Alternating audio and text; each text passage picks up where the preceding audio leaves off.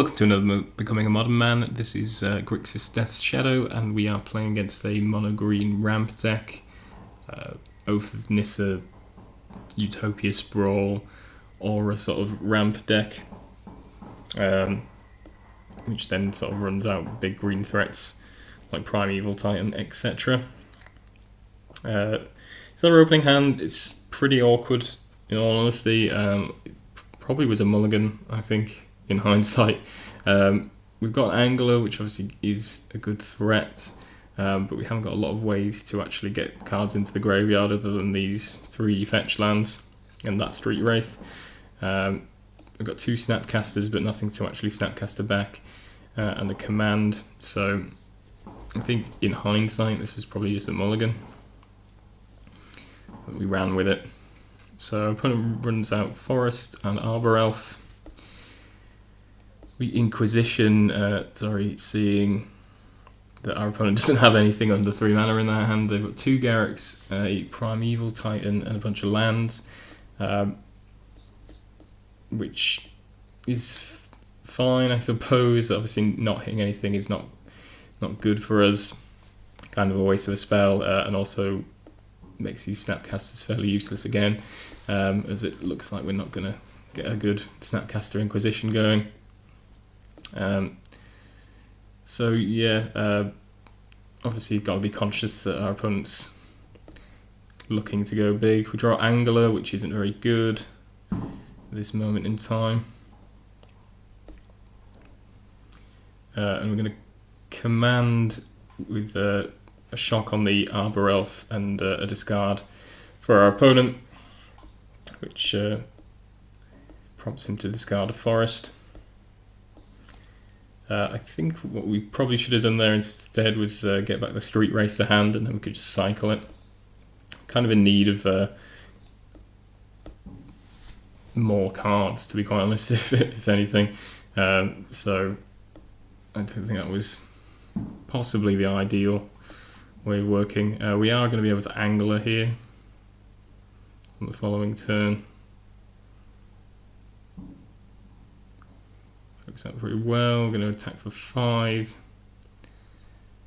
Opponent's going to crack a Wooded Foothills. Then Eternal Witness back a land. Can play out. Going to run a Snapcaster here. I'm conscious that our opponent, we've got 3 Snapcasters in hand for a start, and we're not really going to get value off all of them, so and I'm also conscious that our opponent may well be playing a Garrick next turn, so kind of want as much power down on the board as possible. So I'm very much happy to run this one out for now. I'm going to attack here. Opponent's going to block the Angler with the Witness, and I think this is a Primal Command, yeah. So our opponent casts Primal Command, gaining 7 life, and I believe he reveals a Hornet Queen. Yeah, so he searches up a Hornet Queen and puts that into hand, which is kind of a long way off, but at the same time it's going to be extremely difficult to win past a Hornet Queen. We don't have any sweepers main deck, so we definitely want to avoid opponent being able to cast that. So definitely going to need to win, and win quickly here. So I'm going to cast Snapcaster, use Colan's command, and we're just going to shock our opponent and then return the Street Wraith to hand to cycle it. As I say, just want to dig deeper really, and win as quickly as possible. Our Street Wraith cycles us into Death's Shadow, which is obviously very good here. Going to be able to attack for 8 here, and then put our opponent down to 6, and we've got an 8/8 Death's Shadow. He's got 5 mana. He's going to play a Bop, create a Beast with Garrick, but fortunately we've got a 3rd Snapcaster to come down, and that is enough to attack through his blockers for 6 and finish him off. So yeah, that worked out fairly well, despite a fairly awkward hand. Our opponent didn't really get any ramp going early and ended up with a lot of expensive cards stuck in their hand, and we were able to sort of capitalise on that and drop some threats and push through for the win, which worked out nicely. Let's go on to game 2.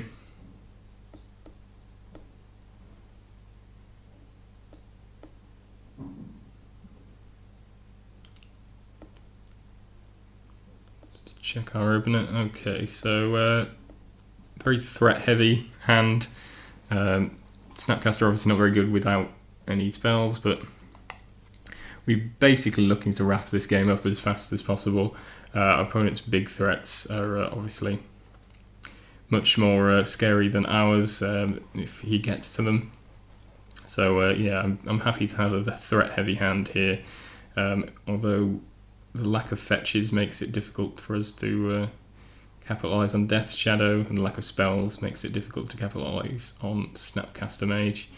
Draw Stubborn Denial, which could be useful, as I say. Bringing those in from the sideboard to counter, I think, Garrick mainly, but obviously and Primal Command, so he's got some spells, big spells that we'd like to get rid of. So we Serum Visions here, get to put another Serum Visions on top. Opponent misses their land drop, which is quite interesting. So if we can kill this Bop, that would be pretty useful.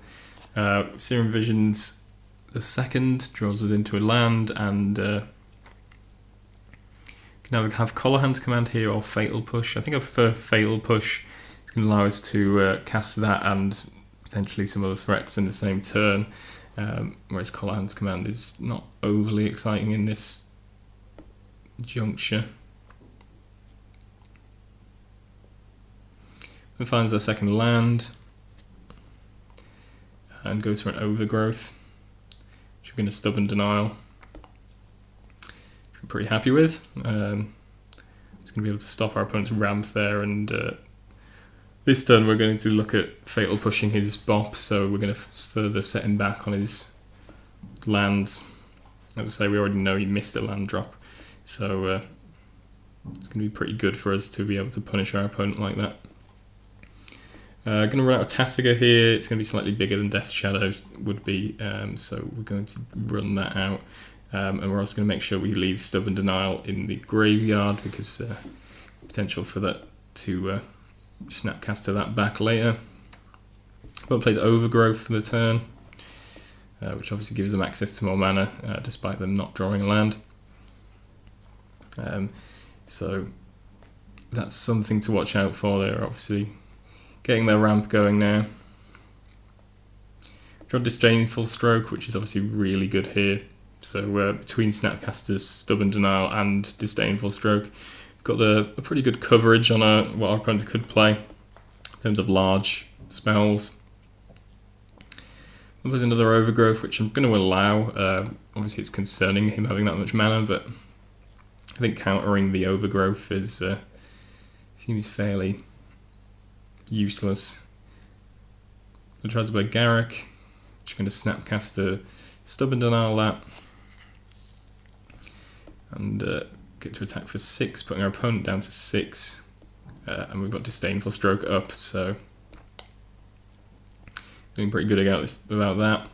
And we can also run out of Death Shadow as a 4/4, so looking very good for us. Opponent's going to play Utopia Sprawl, and then he's going to be able to make 7 mana here. Eternal Witness gets back Garrick.